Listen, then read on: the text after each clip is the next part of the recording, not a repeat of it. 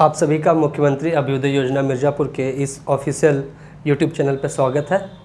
आज हम लोग इस लेक्चर में यूपीपीएससी और यूपीएससी के सीसेट पोर्शन में जो एलिमेंट्री मैथमेटिक्स का एरिया है उसका जो ज्योमेट्री वाला पोर्शन है उसको डिस्कस करने चल रहे हैं। दो तीन या चार लेक्चर अधिक से अधिक लगेंगे इस पूरी ज्योमेट्री वाले पोर्शन को ख़त्म करने में। उसमें 2D और 3D ज्योमेट्री मेनली ये पूछी जाती है। हम लोग सारा सब कुछ डिस्कस करेंगे। चलिए शुरू करते हैं। ज्योमेट्री पोर्शन जो आपका सीसेट में पूछा जाता है, सीसेट में जो मैथ्स पोर्शन से ज्योमेट्री पूछा जाता है, उस ज्योमेट्री को अगर हम लोग देखें तो मेनली दो भागों में पूछा जाता है। 1D का इसको क्वेश्चन बहुत जो लाइंस और पॉइंट्स के क्वेश्चन बड़े कम होते हैं, लेकिन उसको भी हम लोग डिस्कस करेंगे। तो 2D ज्योमेट्री और 3D ज्योमेट्री मेनली पूछी जाती है, ठीक है। और पीसेस के एग्ज़ाम में देखेंगे या इवन यूपीएससी सीसेट में भी 3D ज्योमेट्री के क्यूबॉइड और सिलेंडर जो बेलन है या कोन है, शंकु है, इन सब को क्वेश्चन बनते रहते हैं ना। गोला पे इतना कोई एक घन है उसको पिघलाकर इतने गोले बना दिए जाएं, या इसका एक बेलन है उसको खींच के इतना लंबा तार बना दिया जाए। इस तरीके के भी 3D के में क्वेश्चन आते हैं।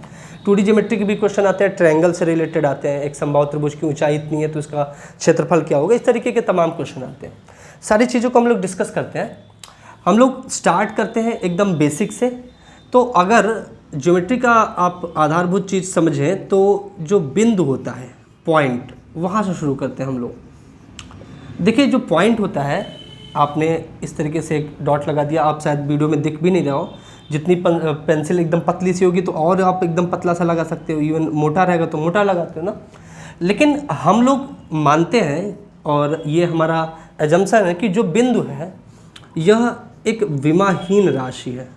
यह एक विमाहीन राशि है। बिंदु एक विमाहीन राशि है। विमाहीन राशि होने का मतलब, डायमेंशनलेस होने का मतलब है इसकी लंबाई, चौड़ाई या ऊंचाई लगभग जीरो होती है या नगण्य होती है। लगभग जीरो कह लीजिए या नगण्य, नेग्लिजिबल होती है। बिंदु की लंबाई, चौड़ाई, ऊंचाई क्या होता है? नेग्लिजिबल होता है। बिंदु से जब हम लोग आगे बढ़ते हैं तो रेखा और रेखाखंड पर पहुंचते हैं। रेखा एवं रेखाखंड पर पहुंचते हैं। मैं हिंदी इंग्लिश दोनों का यूज करता रहूँगा। देखो, रेखा को हम लोग कहते हैं लाइन और रेखाखंड को कहते हैं लाइन सेगमेंट। लाइन सेगमेंट समझते हैं दोनों बातों को। देखिए, कोई भी रेखा खींचनी है आपको, कोई भी रेखा खींचनी है तो मिनिमम आपको 2 पॉइंट्स चाहिए। एक रेखा खींचने के लिए न्यूनतम कितने बिंदुओं की आवश्यकता होती है? 2 पॉइंट्स रिक्वायर होते हैं किसी भी एक लाइन को ड्रॉ करने के लिए। मिनिमम 2 पॉइंट्स तो चाहिए ही, ठीक है। मिनिमम 2 पॉइंट्स तो चाहिए ही। और एक लाइन है तो इस लाइन पर कितने पॉइंट हो सकते हैं? तो एक लाइन पे इनफाइनाइट, अनंत बिंदु हो सकते हैं। एक रेखा पर अनंत बिंदु हो सकते हैं।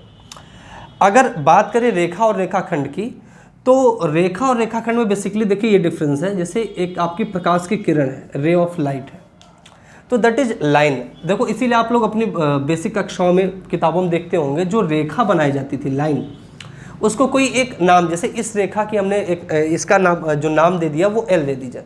इसके दोनों सिरों पर नाम देने की आवश्यकता नहीं पड़ती थी। और जो लाइन होती है इसकी लेंथ बढ़ घट सकती है। लेकिन इसी लाइन एल पर मान लीजिए 2 पॉइंट हैं, एक पॉइंट ए और एक point B. At the distance between A to B, या the length of A B part is something around 3 centimetre. Suppose कर लो ये 3 सेंटीमीटर का है। तो ए से बी, यह ए बी एक रेखाखंड जैसा बिहेव कर रही है। यह क्या है? रेखाखंड है। लाइन सेगमेंट है, लाइन का सेगमेंट है, एक सेगमेंट है, एक हिस्सा है, तो उसे लाइन सेगमेंट कहते हैं। और लाइन सेगमेंट का, देखो, ए और बी दोनों फिक्स पॉइंट है, तो लाइन सेगमेंट जो होती है इसकी लंबाई बढ़ घट नहीं सकती, जबकि रेखा की लंबाई बढ़ घट सकती है, ठीक है। तो इस तरीके से हमने रेखा और रेखाखंड देखा। नेक्स्ट पॉइंट अगर हम लोग देखें तो टाइप्स ऑफ लाइन्स देख सकते हैं। Types of lines, types of line, रेखाओं के प्रकार। रेखाओं के प्रकार देखते हैं तो रेखाओं के प्रकार में जो 2 आपकी परीक्षा में सबसे ज़्यादा इंपॉर्टेंट तौर पे आते हैं, पहले उसको डिस्कस करते हैं, फिर थोड़ा सा हम लोग तिर्यक रेखाओं के बारे में भी बात करेंगे। तो पहला तो आपका आता है पैरेलल लाइंस। पैरेलल लाइंस अर्थात समांतर या समानांतर रेखा, समांतर रेखाएं। और second one is perpendicular line, perpendicular lines अर्थात लंब रेखाएं, लंब रेखाएं, लंब रेखाएं। ठीक है। एक तिर्यक रेखाएं भी होती हैं, ऑब्लिक लाइंस, लंब रेखाएं।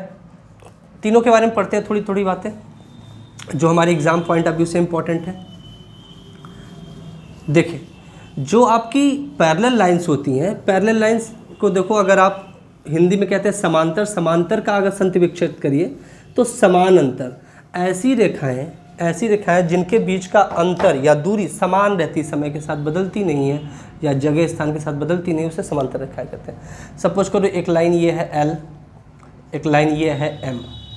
अब इस लाइन के बीच का जो डिस्टेंस है, perpendicular distance between these two lines, ये बदल नहीं रहा है। ये जो डिस्टेंस है, सपोज करो ये P है, तो ये डिस्टेंस हर जगह क्या है, सेम है।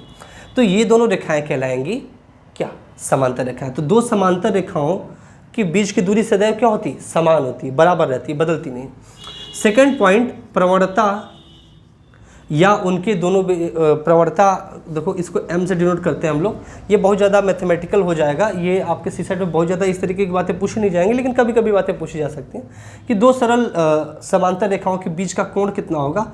तो एंगल, इनके बीच का जो कोण होगा वह 0 अंश होगा। दो समांतर रेखाओं के बीच का कोण कितना होता है, 0 अंश। दो समांतर रेखाओं के बीच का कोण कितना होता है, 0 अंश।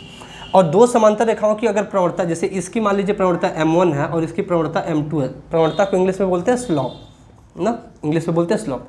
तो दो समांतर रेखाओं की जो प्रवणता होती है उनमें कैसा संबंध होता है, दोनों की प्रवणता बराबर होती है। जबकि लंब रेखाओं की अगर बात करें तो जैसे इस तरीके से देखिए, एक लाइन ये है L और यह एक लाइन है M, L और M। L और M एक दूसरे से परपेंडिकुलर, दैट इज 90 डिग्री के एंगल पे ये क्या है, इंक्लाइंड है, या फिर एक दूसरे को बाइसेक्ट कर रहे हैं, मतलब इंटरसेक्ट कर रही हैं, लेकिन 90 डिग्री पर है। इंटरसेक्ट ना करे इस तरीके की भी अगर हो तो हम भी इसको भी क्या कह सकते हैं कि ये क्या है आपका, ये जो दो लाइंस हैं ये दूसरे पे परपेंडिकुलर है। तो कहने का मतलब ये है कि दो लाइंस परपेंडिकुलर तब मानी जाएंगी जब उनके बीच का इंक्लिनेशन एंगल क्या होगा, 90 अंश हो, 90 डिग्री हो ना। तो दोनों के बीच का झुकाव 90 अंश हो तो उसको हम कहेंगे परपेंडिकुलर लाइंस, लंब रेखाएं। परपेंडिकुलर लाइंस की जो अगर मान लीजिए M1 और M2 इन दोनों लाइंस की क्या है, प्रवणता है या स्लॉप है, तो स्लॉप में क्या संबंध होता है, इन दोनों का मल्टीप्लिकेशन -1 आता है। इन दोनों का मल्टीप्लिकेशन क्या आता है, -1 आता है। ठीक है। नेक्स्ट, अगर ऑब्लिक लाइन देखें या तिर्यक रेखाएं देखें तो उसमें क्या होता है सर कि जब आप देख रहे हैं समांतर रेखाएं तो उनके बीच का कोण 0 डिग्री होता है, लंब रेखाओं के बीच का कोण 90 अंश होता है। अब 90 और 0 के अलावा किसी भी एंगल पे दो लाइंस आपकी इस तरीके से झुकी हैं, मान लीजिए दो लाइंस है ना, ये लाइन नंबर 1 हम दे देते हैं, इस लाइन नंबर 2 दे देते हैं, ठीक है, ये दूसरी लाइन है। तो इनके बीच का एंगल कुछ भी हो, बट वो 0 ना हो और 90 ना हो। 90 हो तो उसको मेनली हम लोग परपेंडिकुलर कर लेते हैं, 0 रहता है तो हम लोग 0 रहेगा तो इंटरसेक्ट कर ही नहीं पाएंगे, और 0 रहेगा तो उसको हम लोग कहते हैं पैरेलल लाइंस। तो इसको तिर्यक रेखाएं कहते हैं। तिर्यक रेखाएं इस तरीके से आप समझ सकते हैं। नेक्स्ट हम लोग थोड़ा सा और आगे बढ़ते हैं और एंगल्स पे पहुंचते हैं। लाइंस के बाद एंगल्स की ही बात होती है तो एंगल्स पे चलते हैं, ठीक है।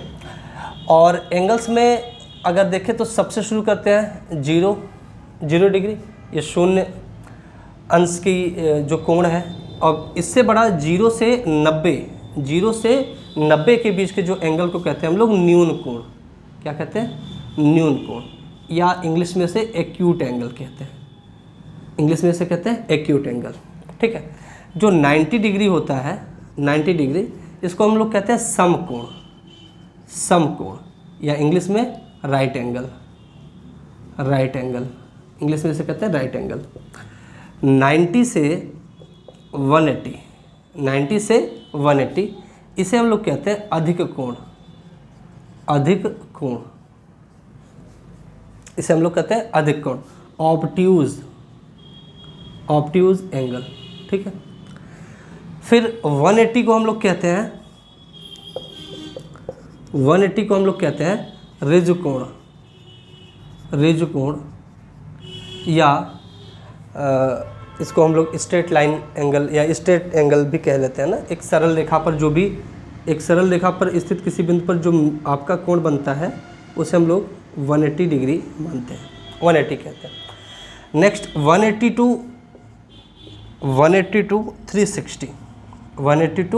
360 जो होता है इसे हम लोग परिवर्ती या प्रतिवर्ती कोण कहते हैं, परिवर्ती या प्रतिवर्ती कोण कहते हैं, ठीक है। और 360 का जो कोण होता है उसे हम लोग कहते हैं संपूर्ण कोण, उसे हम लोग कहते हैं संपूर्ण कोण, ठीक है। मतलब एक पॉइंट के अराउंड जो आपका टोटल, मान लीजिए ये पॉइंट है, इस पॉइंट के अराउंड जो आपका टोटल एंगल बन सकता है that will be equals to 360, ठीक है। तो ये कुछ बेसिक बातें थी एंगल्स के रेफरेंस में। आगे चलते हैं हम लोग, मतलब इसमें बहुत ज़्यादा कुछ तो डिटेल इसमें जानना नहीं था, मेनली हम लोग को ट्रायंगल पे ही ज़्यादा फोकस करना है, उसी से क्वेश्चन ज़्यादा बन के आता है। लेकिन जो बेसिक्स है उस पर थोड़ी थोड़ी चर्चा हुई रहेगी तो आगे के लिए हम लोग आसान से समझ पाएंगे। देखिए एंगल्स में कुछ एंगल्स आपके और बनते हैं, जैसे एक होता है आपका पूरक कोण, पूरक कोण, या इसको हम लोग अच्छे से नाम देते तो कोटिपूरक और संपूरक, कोटिपूरक कोण और संपूरक कोण ना। पहले कोटिपूरक देखते हैं। देखिए जब दो कोण, मान लीजिए अल्फा बीटा दो कोण है और इनके मानों का योग अगर 90 अंश जोड़ के 90 अंश आ रहा है, अगर दो कोणों का योग जोड़ कर 90 अंश आता है तो वो दोनों कोण आपस में कोटिपूरक जोड़ा कहलाते हैं, कोटिपूरक कोण कहलाते हैं। और यही अगर मान लीजिए दो कोण है थीटा और फाई, इनको जोड़ के 180 आ रहा है तो ये दोनों आपस में कहलाएंगे संपूरक कोण, संपूरक कोण, ठीक है। तो संपूरक कोण क्या होता है, जब दो कोणों का योग 180 तो संपूरक, जब दो कोणों का योग 90 तो क्या कहलाएगा, कोटिपूरक। तो ये कोटिपूरक और संपूरक हुए। इस पर भी बहुत बेसिक से क्वेश्चन कभी कभी आपके यूपीपीसीएस के सीसेट वाली परीक्षा में पूछ लिए जाते हैं। जैसे ये कह दें कि एक कोटिपूरक कोण अपने कोटिपूरक का 2 गुना है, एक नहीं ऐसे कह दीजिए कि एक कोण है, एक कोण अल्फा है, एक कोण मान लीजिए अल्फा है, वह अपने कोटिपूरक का 2 गुना है, यह अपने कोटिपूरक का 2 गुना, तो इसका कोटिपूरक क्या हो जाएगा भाई, 90 में से घटा दो तो इसका कोटिपूरक मिल जाएगा। लेकिन यह अपने कोटिपूरक का क्या है, 2 गुना, मतलब इसके कोटिपूरक में 2 से गुणा करोगे तब जाके वो उसके बराबर होगा। तो यहाँ से अगर आप लोग सॉल्व करना चाहो तो ये 9 दूनी 18 180 हो जाएगा, -2 अल्फा, इसको इधर ले आओ तो 3 अल्फा हो जाएगा इक्वल्स टू 180, तो alpha will be equals to 60 degree. तो देखो यह जो एंगल है ये 60 आ गया, तो इसका कोटिपूरक क्या आएगा, इसका कोटिपूरक 30 आ जाएगा। तो देखो अपनी एक कोटिपूरक का 2 गुना है कि नहीं है, 2 गुना, ठीक है। तो इस तरीके के क्वेश्चंस भी आपके एग्जाम में आते हैं, तो वो सब होपफुली आप लोग डील कर लोगे, ठीक है। चलिए हम लोग आगे चलते हैं और समझते हैं इसके बारे में। देखिए कोटिपूरक संपूरक हमने देख लिया। अब दो समांतर रेखाओं को अगर एक तिर्यक रेखा इस तरीके से काटती है तो क्या बातें होती हैं, इन बातों को कुछ समझ लेते हैं, ठीक है। मान लीजिए 2 लाइन थी L M और इसको एक तिर्यक रेखा N काट रही है तो क्या बातें होती हैं। एक चीज़ तो आप ये समझिए कि यहाँ पर अगर मान लीजिए एंगल 1 है और ये एंगल 2 है तो angle 1 will be equals to angle 2, यह संगत कोण कहलाते हैं। क्या कहलाते हैं, संगत कोण। ठीक इसी प्रकार से एंगल अगर ये 3 है और ये एंगल 4 है तो angle 3 should be equals to angle 4, कहाँ से, संगत कोण से, ठीक है। अगर ये एंगल 1 है, 2 3 4 ये अब नाम ने रख दिया। अगर मान लीजिए इसको हम लोग कह दें कि 5 है ये और ये 6 है, 5 है और ये 6 है, 5 6 भी क्या होंगे, इक्वल होंगे, कोण 5 कोण 6 के बराबर होगा। इसी प्रकार से अगर इसका नाम हमने 7 रख दिया और इसका नाम रख दिया 8, ठीक है, तो कोण 7 और कोण 8 भी बराबर होंगे, कोण 7 और कोण 8 भी बराबर होंगे, ठीक है। एक चीज़ और ध्यान दीजिए कि ये जो कोण 5 है वह कोण 2 के बराबर होगा, कोण 5 कोण 2 के बराबर होगा। कैसे, एकांतर कोण से, इसको कहते हैं हम लोग एकांतर कोण। कोण 5 कोण 2 के बराबर होगा एकांतर कोण से।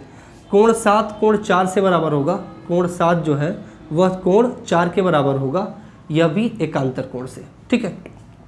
एक चीज़ ये भी आप ध्यान दीजिए कि जो कोण 7 है और 2 है, कोण 7 धन कोण 2, धन कोण 2, कोण 7 धन कोण 2, इन दोनों का जो जोड़ के योग आएगा वो आएगा 180। वो योग कितना आएगा 180। तो ये कुछ बेसिक सी बातें थी जो आप लोग एलिमेंट्री मैथमेटिक्स में ज्योमेट्री में पढ़े भी होंगे, समझ ले रहे हैं हम लोग, और इसका यूज भी आपको एग्ज़ाम में कभी कभी देखने को मिलता है। ठीक है, चलिए अब हम लोग आगे चलते हैं। और जो ये ब्रीफ डिस्क्रिप्शन हमने दिया आपको पॉइंट, लाइन और एंगल्स के रिस्पेक्ट में, उसके बाद हम लोग सीधे अब चलते हैं अपने मेन पार्ट पे या मेन पोर्शन पे, जहाँ से प्रश्न आपके सबसे ज़्यादा बनते हैं सीसेट के, वो है ट्रायंगल, त्रिभुज ना। सीधे हम लोग चलते हैं अपने मेन टॉपिक पे, त्रिभुज। इंग्लिश में से कहते हैं ट्राइंगल। ट्राइंगल अगर ध्यान से आप समझो देखो तो हिंदी में इसका नाम है त्रिभुज। त्रिभुज मतलब तीन भुजा वाला, तीन भुजा वाला। और इंग्लिश में इसका नाम है ट्राइएंगल। एंगल मतलब कोण, तो तीन कोण, तीन कोण मतलब इसको त्रिकोण भी कहते हैं, इसको त्रिकोण भी कहते हैं। तो त्रिभुज कहो या त्रिकोण कहो एक ही बात है। तो ट्रायंगल में देखो नाम से ही समझ में आ रहा है, इसमें तीन भुजाएं होंगी और तीन कोण होंगे। आइए समझते। देखिए आपको कोई भी एक बंद या रेखाओं से घिरी हुई एक बंद आकृति बनानी है, न्यूनतम कितनी रेखाओं की आवश्यकता पड़ेगी। जैसे मान लीजिए एक लाइन ये है, एक लाइन ये है और एक लाइन ये है, एक लाइन ये है, इसका नाम 1 2 3 4 कुछ भी रख दिया। ये आपके पास 3-4 लाइन है। आपको एक बंद डिब्बा मतलब घिरा हुआ एक बंद आकृति बनानी है, कितनी न्यूनतम रेखाओं की आवश्यकता होगी। आप देखो अगर मान लो इस तरीके से आपने दो रेखाएं यहाँ पर एडजस्ट कर दी और एक दो रेखा से अभी आप बंद आकृति बना पाओगे नहीं, आपको एक लाइन और चाहिए, तब जाके आप इस तीसरी लाइन की सहायता से एक बंद आकृति बनाओगे। अर्थात एक बंद आकृति, सरल रेखाओं से एक बंद आकृति अगर आपको बनानी है तो न्यूनतम कितनी रेखाओं की आवश्यकता पड़ेगी 3। और वह बनी हुई जो आपकी आकृति होगी उसी को क्या कहते हैं हम लोग, त्रिभुज कहते हैं। उसी को हम लोग त्रिभुज कहते हैं। ठीक है, उसी को हम लोग त्रिभुज कहते हैं। अच्छा, इसमें कुछ चीज़ें हम लोग और देखते हैं, समझते हैं। त्रिभुज तो हम लोग देख रहे हैं, ठीक है। तो अब देखते हैं त्रिभुज। त्रिभुज जो है क्या होता है, इसमें 3 भुजाएं होती हैं और 3 कोण होते हैं। 3 भुजाएं होती हैं और 3 कोण होता है। त्रिभुज के तीनों भुजाओं और तीनों कोणों के रेफरेंस से बात करें तो त्रिभुज के तीनों अंतः कोणों, ठीक है, तीनों अंतः कोणों का जो योग होता है वो होता है 180 अंश। त्रिभुज के तीनों अंतः कोणों का योग कितना होता है 180 अंश। तो मान लो अगर ये कोई एक ट्रायंगल है, इस तरीके से सपोज करो, ठीक है, ये ट्रायंगल है ABC। तो ट्रायंगल ABC में देखो 3 तो आपके कोण होंगे, अंतः कोण की बात कर रहा हूँ। अंतः बाह्य कोण भी होते हैं, बाह्य कोणों का देखेंगे हम लोग। तो त्रिभुज के तीनों अंतः कोणों का योग कितना होगा 180। 3 वर्टेक्स होते हैं, शीर्ष, इसको कहते हैं शीर्ष वर्टेक्स, और 3 ही आपकी भुजाएं होती हैं, इंग्लिश में बोलते हैं साइड ना। तो त्रिभुज के तीनों अंतः कोणों का योग कितना होता है 180 अंश होता है। ठीक है, सबसे पहले तो हम लोग ये समझ लेते हैं कि त्रिभुज बनने की आवश्यक शर्त क्या है। त्रिभुज बनने की आवश्यक शर्त क्या है, त्रिभुज बनने की आवश्यक शर्त क्या है।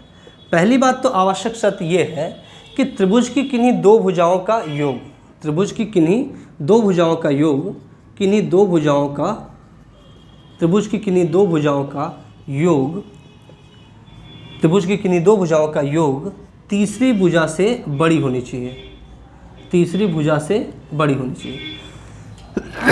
तो त्रिभुज, किसी भी त्रिभुज के बनने की आवश्यक शर्त में पहली शर्त यह है कि त्रिभुज की किन्हीं दो भुजाओं का योग तीसरी भुजा से बड़ी होनी चाहिए, बराबर और बड़ी नहीं, बड़ी होनी चाहिए।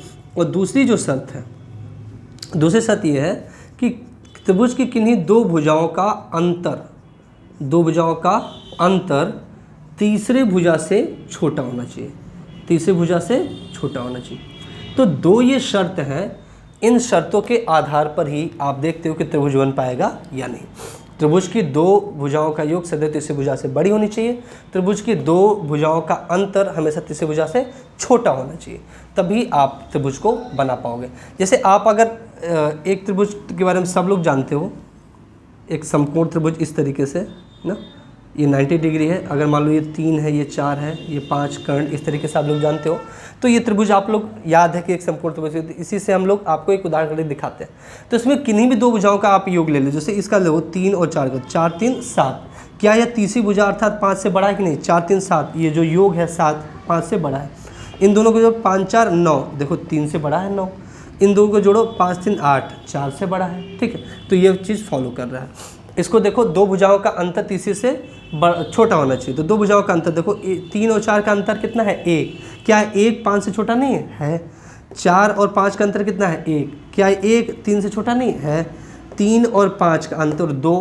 क्या 2 4 से छोटा नहीं है? तो यह भी कंडीशन फॉलो कर रहा है। ये दोनों कंडीशन फॉलो कर रहा है, अर्थात ये त्रिभुज बन जाएगा। तो त्रिभुज के बनने की दो आवश्यक शर्तें ये हैं। अब हम लोग देखने चलते हैं कि त्रिभुज के प्रकार कितने हैं। त्रिभुज के प्रकार कितने हैं? तो अगर हम लोग देखें कि त्रिभुज कितने प्रकार के होते हैं, तो उसमें पहले हम लोग किस आधार पर उसको बांट रहे हैं, त्रिभुज को किस आधार पर बांट रहे हैं, यह भी हमारे लिए एक इम्पॉर्टेंट फैक्टर है। तो अगर हम लोग देखें तो त्रिभुजों के प्रकार अगर हमें देखने हैं, त्रिभुजों के प्रकार, त्रिभुजों के प्रकार, टाइप्स ऑफ ट्रायंगल, अगर इसको देखो तो हम दो प्रकार से बांट सकते हैं। ठीक है, दो आधार पर बांट सकते हैं।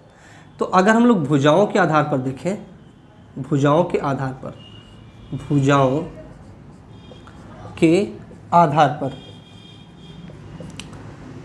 पर based on sides the types of triangle हम लोग देखने चल रहे हैं। तो पहला तो भुजाओं के आधार पर पहला तो है आपका समबाहु त्रिभुज। समबाहु त्रिभुज, समबाहु त्रिभुज, सम मतलब समान, बाहु मतलब भुजा, सभी भुजाएं समान हो। इसमें क्या होता है? सभी भुजाएं बराबर, सभी भुजाएं बराबर होती हैं, सभी भुजाएं समान होती हैं। अच्छा, सभी भुजाएं समान होती हैं तो सभी कोण भी समान होते हैं। सभी भुजाएं समान होती हैं तो सभी कोण भी समान होंगे। सभी कोण बराबर, सभी कोण समान। ठीक है, एक मैं आपको छोटी सी बात बताता हूँ, ध्यान से देखिएगा। जैसे मान लीजिए यह कोई एक एंगल है, यह कोई एक कोण है, ये झुकाव मान लीजिए 30 अंश का भी झुकाव है। ठीक है, अब जैसे जैसे इस कोण का मान आप बढ़ाएंगे, मान लीजिए इसी कोण को आपको 60 अंश बनाना है, 60 अंश, देख 60 अंश बनाना। तो देखिए अब ये कोण 60 अंश का हो गया। लेकिन पहले देखिए यह जो आपकी मान लीजिए इस ये भुजा थी अगर इस तरीके से, तो अब ये भुजा क्या हो जाएगी? बढ़ जाएगी। तो अब जब कोण भी बढ़ाओगे तो भुजा भी क्या होगी? बढ़ेगी। मतलब अगर कोण सब जगह समान रहेगा तो भुजाएं भी समान रहेंगी, और भुजाएं समान रहेंगी तो कोण भी बराबर रहेगा। अच्छा, और ये देखो कि जितना ज़्यादा कोण रहेगा उतनी बड़ी उसके सामने वाली भुजा रहेगी, जितना ज़्यादा कोण रहेगा उतनी ज़्यादा उसके सामने वाली भुजा रहेगी, जितना छोटा कोण उसके सामने वाली भुजा भी उतनी छोटी। ठीक है, तो इस बात को आप लोग ध्यान दोगे, इस बात को ध्यान दोगे। चलिए नेक्स्ट चीज़ देखते हैं हम लोग। दूसरा जो आपका है वह है समद्विबाहु, समद्विबाहु त्रिभुज, समद्विबाहु त्रिभुज। देखिए समबाहु त्रिभुज को कहते हैं इक्विलेटरल ट्रायंगल, समद्विबाहु त्रिभुज को कहते हैं आइसोसेलेस। समबाहु हो गया, समद्विबाहु है, इसमें सम मतलब समान, द्वि मतलब दो भुजा, दो भुजाएं बराबर होती हैं। तो दो भुजाएं समान होती हैं, इसमें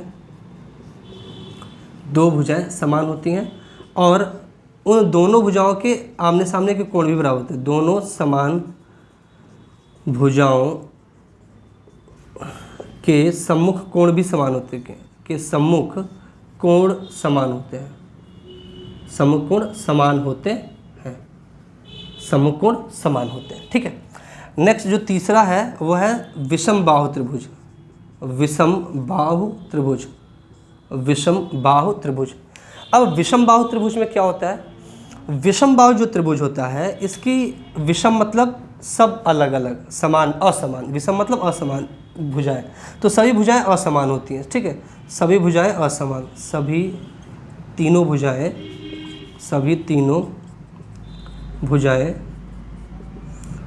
असमान या अलग अलग लंबाई की होती हैं। तो इसलिए सभी कोण भी अलग अलग होंगे, सभी तीनों कोण भी अलग अलग होंगे, सभी तीनों कोण अलग अलग, इनका मान भी क्या होगा?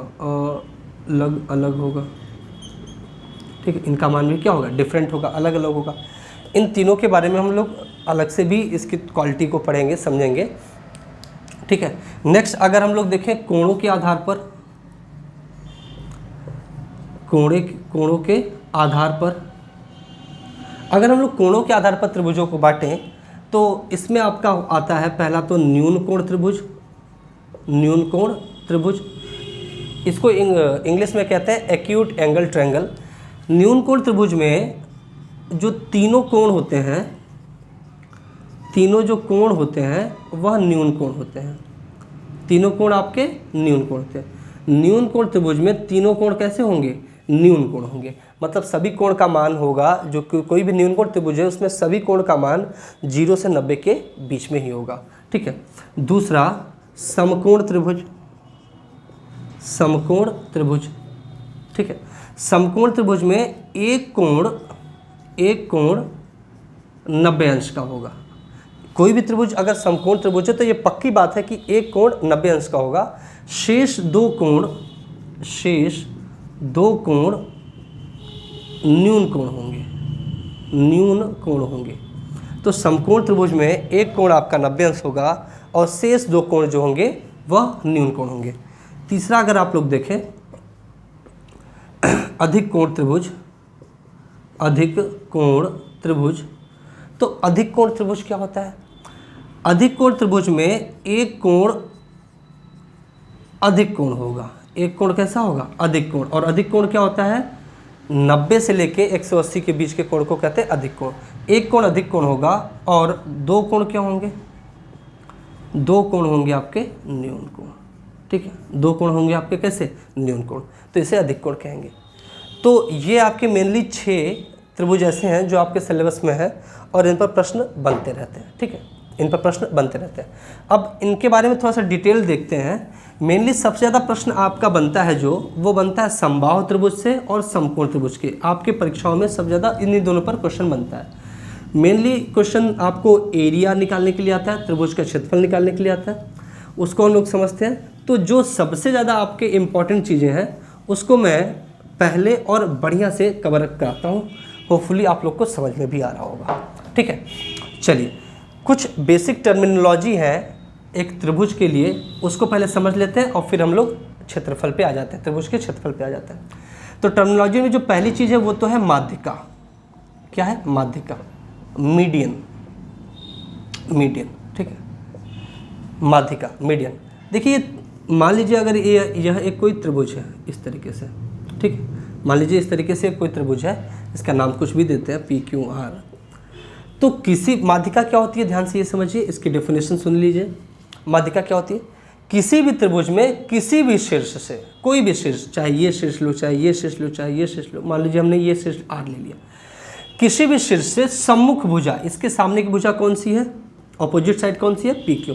सम्मुख भुजा के मध्य बिंदु, मतलब PQ का जो मिड पॉइंट है, सम्मुख भुजा के मध्य बिंदु को मिलाने वाली रेखा, मिलाने वाली लाइन, रेखा, इसी को कहते हैं माध्यिका। तो सपोज करो अगर ये M है तो ये हो जाएगी माध्यिका, ये हो जाएगा मीडियन, ठीक है। तो इस ट्रायंगल के लिए ये क्या हो जाएगा? मीडियन, MR, ये क्या है? मीडियन है। किसी त्रिभुज में किसी शीर्ष से, एनी वर्टेक्स, किसी भी वर्टेक्स से अपोजिट साइड के मिड पॉइंट को मिलाने वाली जो लाइन होती है उसी को कहते हैं माध्यिका। किसी त्रिभुज में किसी शीर्ष से सम्मुख भुजा के मतलब किसी शीर्ष से सम्मुख भुजा के मध्य बिंदु को मिलाने वाली रेखा क्या कहलाती है? माध्यिका। सेम इसी प्रकार से आप देखो, यहाँ से भी इसके मध्य बिंदु को मिला सकते हो ऐसे, सेम इस यहाँ से भी इसके मध्य बिंदु को इस तरीके से मिला सकते हो। आप ध्यान से देखोगे जब इस तरीके से मध्य बिंदु लाए तो तीनों रेखाएं एक दूसरे को किसी एक पॉइंट पे काटेंगी। तो एक त्रिभुज में 3 माध्यिकाएं भी होंगी और माध्यिकाओं को जो कटान बिंदु होता है उसे कहते हैं त्रिभुज का केंद्र, त्रिभुज का केंद्र, त्रिभुज का केंद्र या केंद्रक, सेंटर ऑफ अ ट्रायंगल और सेंट्रॉइड, ठीक है। तो माध्यिकाओं का जो कटान बिंदु होता है, इंटरसेक्टिंग या intersection point of medians of a triangle is known as centre of the triangle और सेंट्रॉइड ऑफ द ट्रायंगल, ठीक है। तो ये माध्यिकाओं का कटान बिंदु हुआ, ठीक है।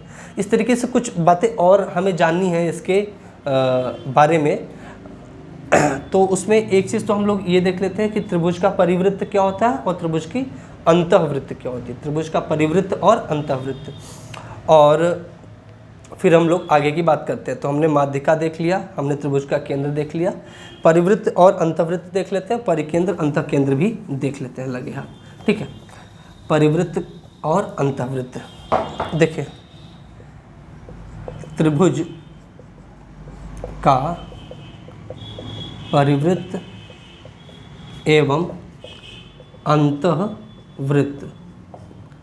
ठीक है, त्रिभुज का परिवृत्त एवं अंतःवृत्त, तो इसलिए हम लोग परिकेंद्र और अंतःकेंद्र भी पढ़ेंगे। जैसे मान लीजिए कोई एक त्रिभुज है, देखिए हम लोग पहले मैंने सर्कल ही बना दिया जुगाड़ व्यवस्था से और फिर त्रिभुज बनाया। ठीक है, तो ये मान लीजिए कोई त्रिभुज है PQR, तो किसी त्रिभुज के तीनों शीर्षों से होकर जो वृत्त खींचा जाता है, या कोई ऐसा वृत्त जो किसी त्रिभुज के तीनों शीर्षों से होकर गुजरता है, उसे हम लोग कहते हैं इस त्रिभुज का परिवृत्त। इस त्रिभुज का क्या बोलते हैं? परिवृत्त। इंग्लिश में बोलते हैं सरकम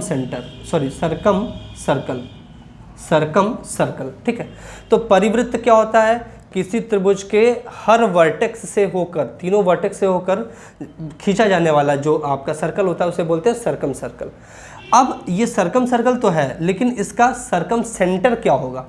देखिए, जो कोई परिवृत्त का केंद्र अगर हम समझे कि सरकम सेंटर क्या होता है, तो त्रिभुज के सभी भुजाओं के लंबार्धकों का कटान बिंदु। लंबार्धक को इंग्लिश में क्या कहते हैं? Perpendicular bisector. ठीक है, तो हर जितनी भी साइड्स हैं, 3 साइड्स होती हैं, तीनों साइड्स के परपेंडिकुलर बाइसेक्टर्स जहाँ पे आके मिलते हैं उसे हम लोग कहते हैं त्रिभुज का परिकेंद्र। ठीक है, त्रिभुज का परिकेंद्र। ठीक है, त्रिभुज का परिकेंद्र। तो ये मान लीजिए त्रिभुज का परिकेंद्र है, कुछ C मान लेते हैं। ठीक है, और फिर इसके बाद हम लोग क्या करते हैं, यहाँ से किसी भी वर्टेक्स की डिस्टेंस को ले लेते हैं, किसी भी वर्टेक्स के डिस्टेंस को ले लेते हैं। ये डिस्टेंस इक्वल होता है और यही आपका रेडियस होता है। ठीक है, यही परिवृत्त की त्रिज्या होती है, यही radius of the circum circle होता है। और इसको आप लेके फिर ऐसे खींचोगे तो ये तीनों शीर्षों के होकर गुजरेगी। तो परिवृत्त का केंद्र क्या हुआ?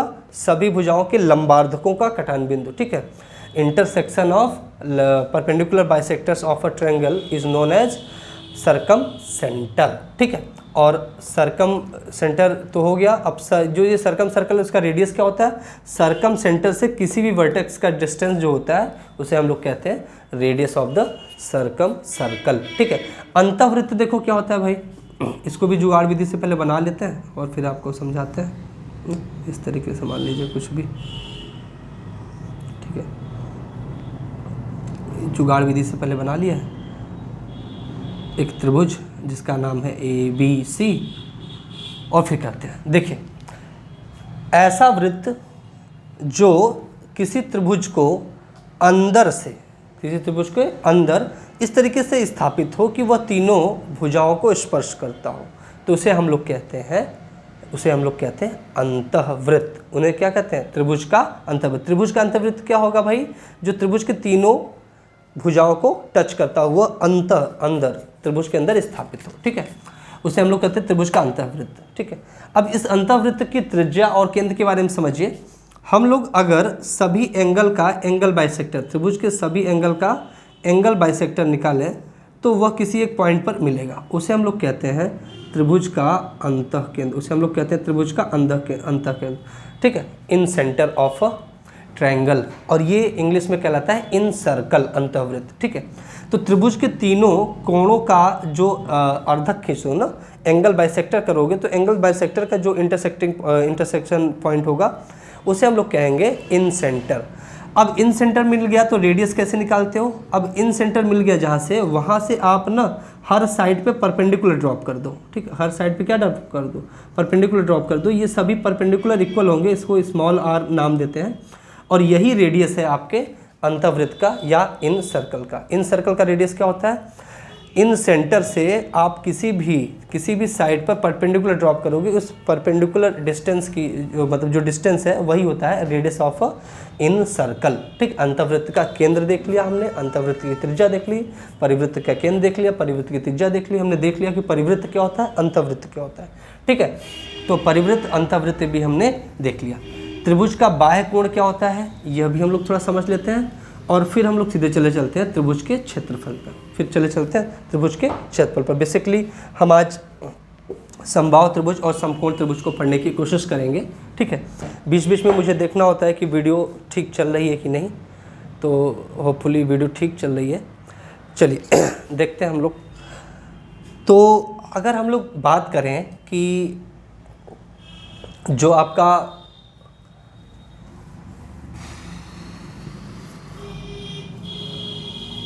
बाह्य कोण होता है किसी त्रिभुज का, मान लीजिए यह एक त्रिभुज है, यह इस तरीके से एक त्रिभुज है, यह एक तरीके से त्रिभुज है। अब त्रिभुज के किसी भी एक साइड को आप आगे जब बढ़ाते हो तो वह किसी एक दूसरी साइड के साथ बाहर से जो कोण बनाता है उसे कहते हैं हम लोग बाह्य कोण, एक्सटीरियर एंगल, ठीक है, ये बाह्य कोण होता है। त्रिभुज का ये बाह्य कोण है। और त्रिभुज का जो बाह्य कोण होता है सुदूर, मतलब इसके ठीक पास वाला कोण को छोड़कर सुदूर अंतः कोणों के योग के बराबर होता है। तो सपोज करो कि अगर मान लीजिए त्रिभुज ABC है, त्रिभुज ABC है, तो ये जो बाह्य कोण है, यह बाह्य कोण जो है वह angle A plus angle B के बराबर होगा, angle A plus angle B के बराबर होगा। तो त्रिभुज के किसी बाह्य कोण का मान सुदूर अंतः कोणों के योग के बराबर होता है, ठीक है। चलिए हम लोग टॉपिक पे आते हैं और समबाहु त्रिभुज को पढ़ते हैं, इक्विलेटरल ट्रायंगल को पढ़ते हैं, समझते हैं। देखिए equilateral triangle, equilateral triangle, equilateral triangle, ठीक है। समबाहु त्रिभुज, समबाहु त्रिभुज, समबाहु त्रिभुज जैसा कि आप सब जानते हैं कि त्रिभुज की, ऐसा त्रिभुज जिसकी तीनों भुजाएं क्या हो, बराबर, ऐसा त्रिभुज जिसकी तीनों भुजाएं बराबर हो उसे कहते हैं हम लोग समबाहु त्रिभुज। और तीनों कोण क्या होते हैं, बराबर। अब तीनों कोण बराबर होते हैं, देखो त्रिभुज के तीनों कोणों का योग कितना होता है, 180 अंश। देखो ये क्या है, मान लो त्रिभुज ABC है, तो त्रिभुज के तीनों कोणों का योग होता है 180 अंश। और तीनों कोण बराबर है, तीनों कोण क्या है, बराबर है। तो मान लो ये x है, ये भी x है, ये भी x है, तो तीनों कोण बराबर है, तो 3x बराबर कितना हो जाएगा, 180। तो x बराबर कितना हो जाएगा, 60 अंश। अर्थात समबाहु त्रिभुज के प्रत्येक कोण कितने अंश के होते हैं, 60-60 अंश के होते हैं। समबाहु त्रिभुज के प्रत्येक कोण कितने कितने के होते हैं, 60-60। Every angle of a equilateral triangle is equals to 60 degree, ठीक है। अच्छा, समबाहु त्रिभुज में अगर आप मीडियन खींचो, मीडियन मतलब माध्यिका, मतलब सम्मुख भुजा के मध्य बिंदु को मिलाने वाली रेखा, तो वह उस पर परपेंडिकुलर होती है ना, उस आपके अपोजिट साइड पे क्या होती है, परपेंडिकुलर होती है, ठीक है। और यही इस ट्रायंगल की हाइट भी है, यही इस ट्रायंगल की हाइट भी है, मीडियन में भी है, मीडियन भी है और हाइट भी है। सपोज करो कि अगर ये जो इक्विलेटरल ट्रायंगल है इसकी सभी साइड A है, सभी साइड कितनी है, A है, तो ये डिस्टेंस कितना हो जाएगा, A/2, ये डिस्टेंस हो जाएगा A/2। तो अगर इस इक्विलेटरल ट्रायंगल समबाहु त्रिभुज की हम लोग ऊंचाई निकालना चाहें, ऊंचाई निकालना चाहें, दरअसल